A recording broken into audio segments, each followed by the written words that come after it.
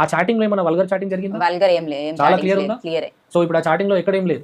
మరి హస్బెండ్ తోటి పరిచయం ఇంటికి వచ్చినప్పుడు ఈ వ్యక్తి నీతో చాట్ చేసిన వ్యక్తి ఒకటే తర్వాత నాకు తెలుసు. బాగా బరి తెగించావు. ఎట్లా తెలిసింది? అంటే ఇన్స్టాలో మెసేజ్లు పెట్టిన తర్వాత ఈ అబ్బాయి ఆ అబ్బాయి ఒకటని ఈయన నాకు చెప్పిండు. నేను మరీ అంత ఎదవలా కనపడుతున్నానా?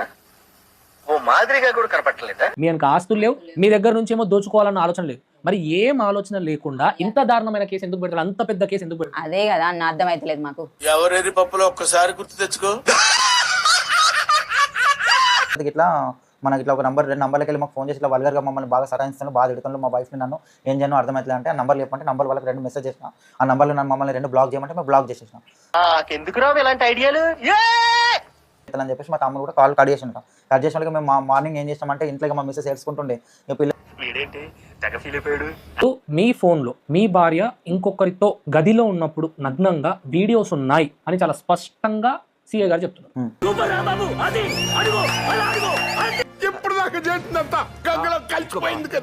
గదిలో వీడియోస్ ఉన్నాయి లేవు, మా ఇంట్లో మేము పార్టీ చేసుకున్నాయి, మేము ఇద్దరం ఎటన్నా ఎకషన్కి వెళ్ళినాయి, మా పర్సనల్ వీడియోస్ మా ప్రైవేట్. ఇప్పుడు అయన్నొద్దు పాయింట్కి రా. విషయం సిఐ గారు ఏంటంటే చాలా మంది ఉన్నాయి అని చాలా క్లియర్ గా అంత డైరెక్ట్ ఆన్ కెమెరా ముందు ప్రెస్ మీట్ పెట్టి అంత పెద్ద మాటలు మాట్లాడుతున్న ఒక సిఐ గారు అంటే ఎంతో కొంత నిజం ఉంటుంది కదా. మీ అయిందా బాగైందా మాట్లాడుతున్నట్టు అంతగానో నేరం నేను ఏం చేసిన? నా కష్టజీతంతో నేను పైకి వచ్చిన, నా కష్టజీతంతో నేను ఇల్లు కొనుక్కున్నా, నా కష్టజీతంతో ఇంట్లో వాళ్ళ పాస్వర్డ్ ఆ పాస్వర్డ్ తీసుకెళ్లి పోలీస్ వాళ్ళకి ఇచ్చారు. కరీంనగర్ పిల్ల 143 అనే అకౌంట్ పాస్వర్డ్ ఓపెన్ చేసిన తర్వాత వాళ్ళు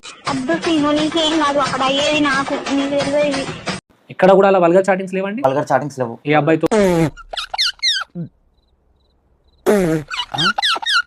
అండ్ వాళ్ళు మాకు వల్గర్గా పెట్టారు, వాళ్ళు మాకు పెడుతున్నారు వల్గర్గా, నువ్వు చాలా అందంగా ఉంటావు, నీ వీడియోస్ చాలా బాగుంటాయి అని మాకు వల్గర్గా ఎన్నో వచ్చినాయి.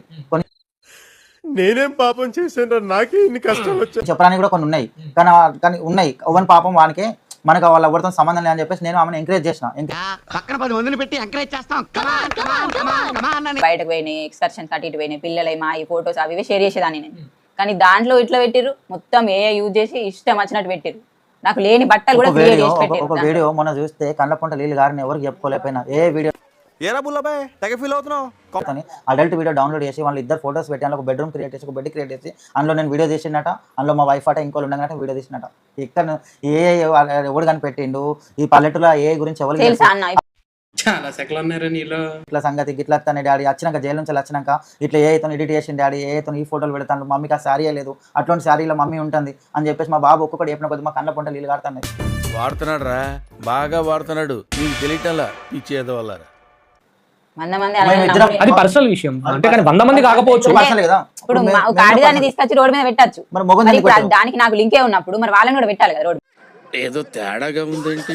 పెళ్ళి 19 సంవత్సరాల పెళ్లి అయింది. సో మ్యారేజ్ తర్వాత మీకు నీ భర్త తప్ప ఇంకొక వ్యక్తితో నీకు అక్రమ సంబంధాలు ఏం లేవు? లేవన్నా, చాలా క్లియర్ కదమ్మా. ఇలా పెట్టుకుంటారా అక్రమ సంబంధం?